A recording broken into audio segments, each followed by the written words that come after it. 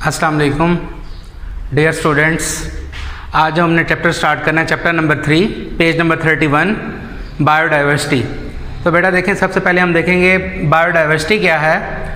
तो जो टर्म है बायोडाइवर्सिटी उसको ड्राइव किया है बायो एंड डाइवर्सिटी, दो वर्ड से। You know bio means life and diversity means variety with in a species and among species. इसका क्या मतलब? इसका मतलब ये है वैरायटी यानी डिफरेंट काइंड्स ऑर्गेनिजम्स की। तो बायोडाइवर्सिटी में क्या मेजर किया जाता है? वैरायटी ऑफ ऑर्गेनिजम्स को इन डिफरेंट इकोसिस्टम्स में। फर्स्ट टू लाइंस जो हमने पढ़ी है वो बायोडाइवर्सिटी की डेफिनेशन है। उसके बाद नीचे लिखा हुआ है कि जो प्लांट्स की डाइवर्सिटी है उसे फ्लोरा कहा जाता है और जो एनिमल्स की डाइवर्सिटी है उसे फौना कहा जाता है। ये पेपर में एमसीक्यूज के हवाले से भी बहुत इंपॉर्टेंट है दो बातें, कि जो प्लांट्स की डाइवर्सिटी है उसे फ्लोरा और एनिमल्स की जो डाइवर्सिटी है उसे फौना कहा जाता है। ठीक है स्टूडेंट्स। उसके बाद बेटा आगे देखें, आगे वो ये बताता है जो बायोडाइवर्सिटी है मींस वैरायटी ऑफ ऑर्गेनिज्म, ये सबसे रिचेस्ट होती है। Line number paragraph number 2 line number 3 में लिखा हुआ है बायोडाइवर्सिटी जो रिचेस्ट है ट्रॉपिक्स एरियाज में, यानी सबसे ज़्यादा पाई जाती है। ये भी एमसीक्यू आता है रिचेस्ट कहाँ होती है। उसके बाद बेटा बताता है जो टेम्परेट रीजन्स हैं उनमें भी मैनी स्पीशीज़ हैं बायोडाइवर्सिटी की, और उसके अलावा जो पोलर रीजन्स हैं उनमें से फ्यू हैं, यानी फ्यू चंद तादाद में है। उसके बाद बेटा बताता है जो बायोडाइवर्सिटी है वो किसका रिजल्ट है, किसके नतीजे में हुई। तो जो बेटा बायोडाइवर्सिटी है वो रिजल्ट है एवोल्यूशन का, जो 4 बिलियन ईयर्स की एवोल्यूशन है अर्थ पर, उसके रिजल्ट में बायोडाइवर्सिटी हुई। लेकिन जो लाइफ क्या कब से शुरू हुई उसके बारे में साइंस नहीं जानती, अलबत्ता जो एविडेंस मिले हैं उसके लिहाज से जो 600 बिलियन ईयर्स हैं उस पर वो ये कहते हैं कि 600 बिलियन ईयर्स की जो एवोल्यूशन है उससे लाइफ हुई, यानी बैक्टीरिया से।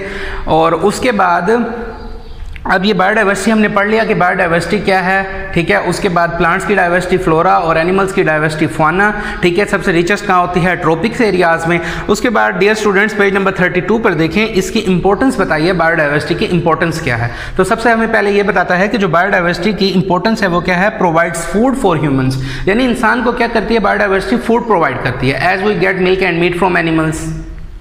उसके बाद वो ये बताता है बायोडाइवर्सिटी में कि जो सिग्निफिकेंट प्रोपोर्शन है ड्रग्स की उसको भी हम डायरेक्टली या इनडायरेक्टली बायोलॉजिकल सोर्स से हासिल करते हैं, ठीक है। उसके बाद स्टूडेंट्स देखें उसने क्या लिखा है। उसके बाद वो हमें ये बताता है कि बिल्डिंग मटेरियल, इंडस्ट्रियल मटेरियल, ठीक है, डाइज, फाइबर्स, ऑयल, इन सबको बायोलॉजिकल सोर्स से हासिल किया जाता है। अब बायोडाइवर्सिटी क्या रोल प्ले करती है? इंपॉर्टेंट रोल प्ले करती है मेकिंग एंड मेंटेनिंग इकोसिस्टम, हमारा जो इकोसिस्टम है उसको मेक करने में भी और उसको मेंटेन करने में भी। उसके बाद बेटा जो रिसाइकलिंग है न्यूट्रिएंट्स की, फर्टाइल सॉइल, ठीक है, ये इसको भी बायोडाइवर्सिटी रोल प्ले कर रही है इसमें भी। और उसके बाद जो हमारे एटमॉस्फेयर है उसकी कंपोजिशन, उसकी केमिस्ट्री को भी क्या कर रही है? मेंटेन कर रही है, रेगुलेट कर रही है। ये मींस केमिस्ट्री मींस उसकी कंपोजिशन, उसकी स्ट्रक्चर को, ठीक है।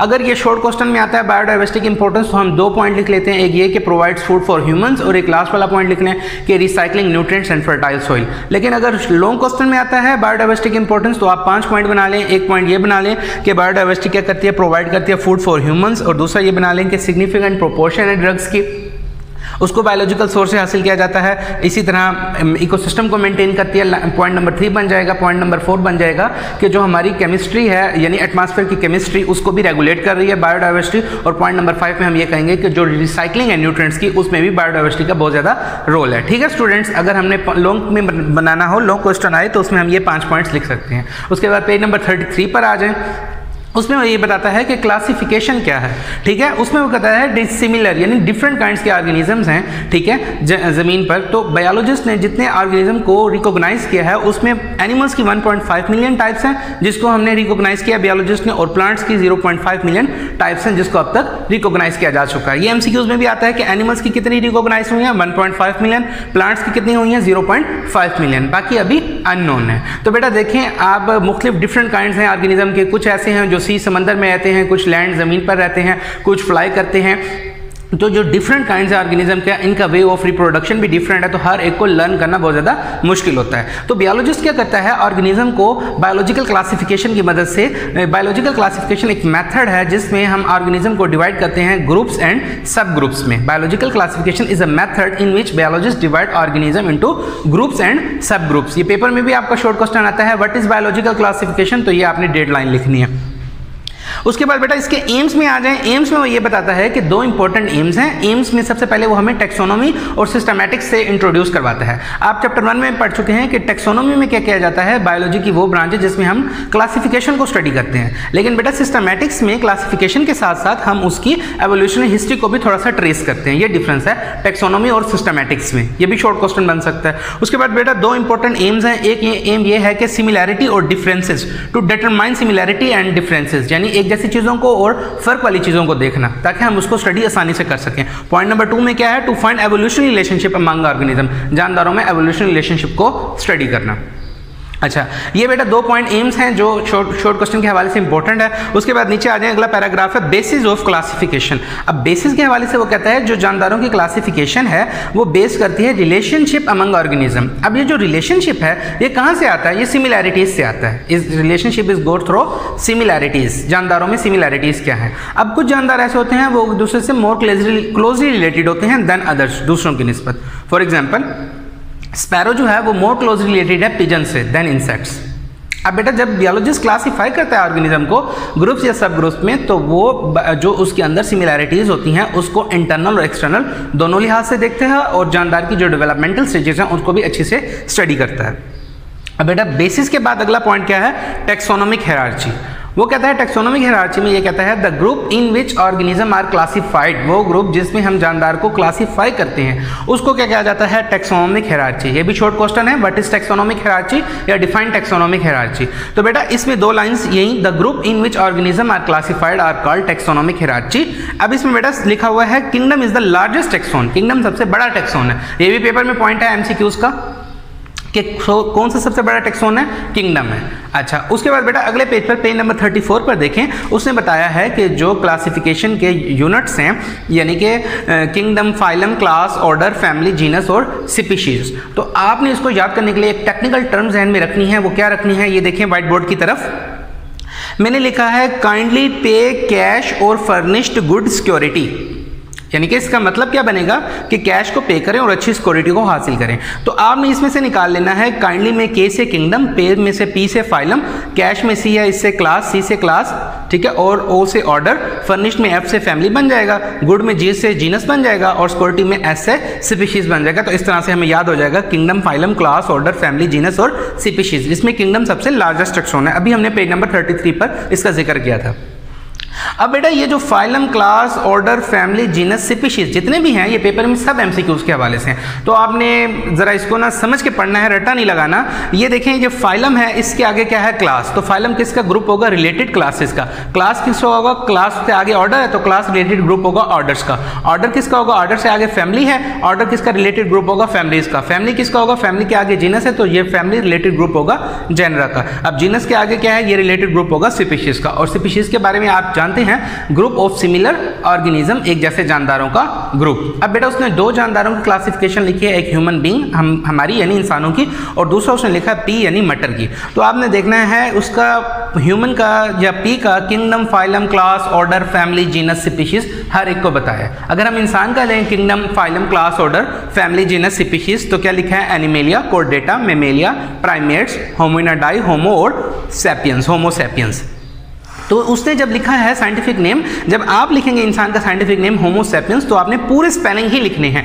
जब आप साइंटिफिक रूल है कि अगर आप एक दफ़ा जीनस का जिक्र हो जाए, अगली बार जब उसको भी बयान करना हो तो सिर्फ एब्रीवेशन लिखें, इसलिए उसने अगली बार होमो के पूरे स्पेलिंग नहीं लिखे, सिर्फ H.सैपियंस लिख दिया है। अच्छा, उसके बाद बेटा पी है मटर, उसका क्या लिखा है, kingdom, phylum, class, order, family, genus और स्पीशीज। उसमें उसने बताया है कि प्लांटी है, मैग्नोलियोफाइटा है, मैग्नोलियोप्सीडा है, फेबेलिस है, फेबेसी है, पाइसम है और पाइसम सैटिवम है। इसी तरह उसने पाइसम का एक बार जिक्र हुआ, आगे जब स्पीशीज में गया तो सिर्फ P.सैटिवम लिख दिया। लेकिन आप जब हाथ से साइंटिफिक नेम लिखेंगे तो आपने रूल याद रखना है, अंडरलाइन करना है, जीनस को भी और स्पीशीज को भी। और बेटा साइंटिफिक नेम लिखते हुए जीनस हमेशा कैपिटल लेटर से और स्पीशीज हमेशा स्मॉल लेटर से लिखा जाएगा। ये व्हाइट बोर्ड पे देखें, आपने सबसे ऊपर लिखा है इंसान का साइंटिफिक नेम होमो सैपियंस। होमो क्या है, जीनस, सैपियंस क्या है, स्पीशीज। होमो का मैंने H कैपिटल लिखा है और स्पीशीज का S मैंने स्मॉल लिखा है। तो आपने भी इसी तरह लिखा है, होमो सैपियंस लिखना है, यानी कि जीनस का H कैपिटल और स्पीशीज का S स्मॉल, और दोनों को अलग अलग अंडरलाइन भी करना है, जीनस और स्पीशीज को। अच्छा, उसके बाद बेटा आगे आ जाता है लास्ट टॉपिक हमारा पेज नंबर 34 पर, स्पीशीज। तो उसके साथ लिखा हुआ है हाईलाइट करके बेसिक यूनिट ऑफ क्लासिफिकेशन, यानी क्लासिफिकेशन का सबसे बुनियादी यूनिट है स्पीशीज। ये पेपर में भी एमसीक्यू आता है, बहुत बार आया है 5 ईयर में, आप देखें तो वो कहते हैं बेसिक यूनिट जो है क्लासिफिकेशन का वो स्पीशीज है। अब उसके बाद बेटा स्पीशीज की डेफिनेशन आप चैप्टर 1 में भी पढ़ाए हैं। वो कहते हैं स्पीशीज क्या होता है, ग्रुप ऑफ ऑर्गेनिज्म, जानदारों का ग्रुप विच कैन इंटरब्रीड, जो आपस में नस्लकशी कर सकता है, एंड प्रोड्यूस फर्टाइल ऑफस्प्रिंग, और अपने जैसे नए जानदार पैदा करता है। लेकिन but reproductive isolated from all other such groups in nature, लेकिन reproductive isolated from all other such groups in nature, nature में दूसरे स्पीशीज है उससे आइसोलेट करता है, यानी हर स्पीशीज आपस में इंटरब्रीड कर सकती है, दूसरे के साथ नहीं कर सकती। फॉर एग्जांपल हमारी इंसानों की स्पीशीज हैं, इसी तरह कैट है, डॉग है, ठीक है, पैरट, पिजन्स, हर जानदार की अपनी स्पीशीज है। तो स्पीशीज के अपने डेफिनेशन का निशान यहाँ से लगाना है कि group of organism which can interbreed and produce fertile offspring but are reproductive isolated from all other such groups in nature, यानी स्पीशीज एक जैसे जानदारों का ग्रुप जो आपस में इंटरब्रीड करता है और अपने से नए जानदार पैदा करता है, प्रोड्यूस फर्टाइल ऑफस्प्रिंग, लेकिन आइसोलेट होता है, जो ग्रुप्स नेचर में दूसरे होते हैं उनसे ये आइसोलेट होता है, उनसे ये मैच नहीं करता। उसके बाद बेटा ये डेफिनेशन के बाद ये बताता है कि हर स्पीशीज क्या होता है, ईच स्पीशीज पोसेस, हर स्पीशीज क्या रखती है, डिस्टिंक्ट फीचर्स, अपने अपने करैक्टर, ठीक है, उसका बिहेवियरल, उसकी एनाटॉमी, उसकी फिजियोलॉजी, उसकी इकोलॉजिकल बिहेवियर हर स्पीशीज का दूसरे स्पीशीज से डिफरेंट होता है। अब बेटा जो हमने आज का टॉपिक डिस्कस किया है बायोडाइवर्सिटी, उसकी इंपॉर्टेंस, उसकी क्लासिफिकेशन, उसकी एम्स, उसका क्लासिफिकेशन की बेसिस, ठीक है, उसके बाद इसकी क्लासिफिकेशन के यूनिट्स और स्पीशीज, साइंटिफिक नेम याद किया है इसका पी का और ह्यूमन इंसान का। तो बेटा आपने इसमें देखे बायोडाइवर्सिटी का एक शॉर्ट क्वेश्चन है, उसकी डेफिनेशन जो हमने पढ़ी है कि वैरायटी है ऑर्गेनिज्म के अमंग स्पीशीज में, और उसके अलावा करके है variety of organism in different ecosystem में। पहली 2 लाइनें पेज नंबर 31 पर बायोडाइवर्सिटी की 2 लाइनें ये डेफिनेशन हो गई। उसके बाद इसके अंदर हमने एमसीक्यूज देखा कि दिलचस्प होते हैं टॉपिक्स में, और बायोडाइवर्सिटी जो प्लांट्स की है वो फ्लोरा और एनिमल्स की है जो फौना, और बायोडाइवर्सिटी किसका रिजल्ट थी 4 बिलियन ईयर्स के एवोल्यूशन का, और लाइफ का बेसिस कर दिया तकरीबन जो एविडेंस मिले हैं वो 600 बिलियन ईयर्स के सेकंड लास्ट में। पेज नंबर 32 पर बेटा हमने इसकी इंपॉर्टेंस पढ़ी है, वो मैंने आपको बता दी कि 2 पॉइंट पूछे तो 2 नंबर में पूछे तो शॉर्ट क्वेश्चन 2 पॉइंट लिखते हैं, और 5 पॉइंट में मैंने आपको बता दिए। और पेज नंबर 33 पर बेटा आपको मैंने क्लासिफिकेशन भी बताया कि 1.5 मिलियन टाइप्स एनिमल्स की रिकॉग्नाइज हुई हैं और प्लांट्स की 0.5 मिलियन टाइप्स जो बायोलॉजिस्ट ने रिकॉग्नाइज किए हैं। उसके बाद बायोलॉजिकल क्लासिफिकेशन की डेफिनेशन भी मैंने आपको बता दी बेटा, ये शॉर्ट क्वेश्चन है। उसके बाद 2 मेन एम्स हैं शॉर्ट में, what are the aims of biological classification, basis पढ़े, और उसके बाद बेटा टेक्सोनॉमिक हायरार्की, ये मैंने आपको 2 लाइनें पहली 2 लाइनें निशान लगवा ली शॉर्ट क्वेश्चन, और उसके बाद मैंने आपको ये बताया कि इसका किंगडम जो है लार्जेस्ट टेक्सोन है, और उसके बाद मैंने आपको टेक्निकल टर्म भी बता दी कि काइंडली पे कैश, पेज नंबर 34 पर काइंडली पे कैश और फर्निश गुड सिक्योरिटी के, इस तरह से आपने इसमें से kingdom, phylum, class, order, family, genus, species को याद करना है और तरतीब से। और इसमें आपने ये बताना है कि इंसान जो ह्यूमन है और पी, इसकी भी मैंने आपको सारे क्लासिफिकेशन बता दिया, साइंटिफिक नेम लिखने का मैंने आपको असूल भी बता दिया। उसके बाद लास्ट हमने स्पीशीज़ का पढ़ा कि बेसिक यूनिट है क्लासिफिकेशन का जो एमसीक्यूज़ के हवाले से इंपॉर्टेंट है, और स्पीशीज़ के हमने शॉर्ट क्वेश्चन के डेफिनेशन भी कर ली। ये तकरीबन 7 शॉर्ट क्वेश्चन है, 6 से 7, और लॉन्ग भी मैंने आपको बता दिया, एमसीक्यूज़ भी डिस्कस किया आपसे। तो जो मैंने आपको पढ़ाया ये बेटा आपने जो पढ़ाया आपने अच्छे से इसको रीड करना है, असाइनमेंट की सूरत में लिखना भी है और इसको याद भी करना है। अल्लाह हाफिज़।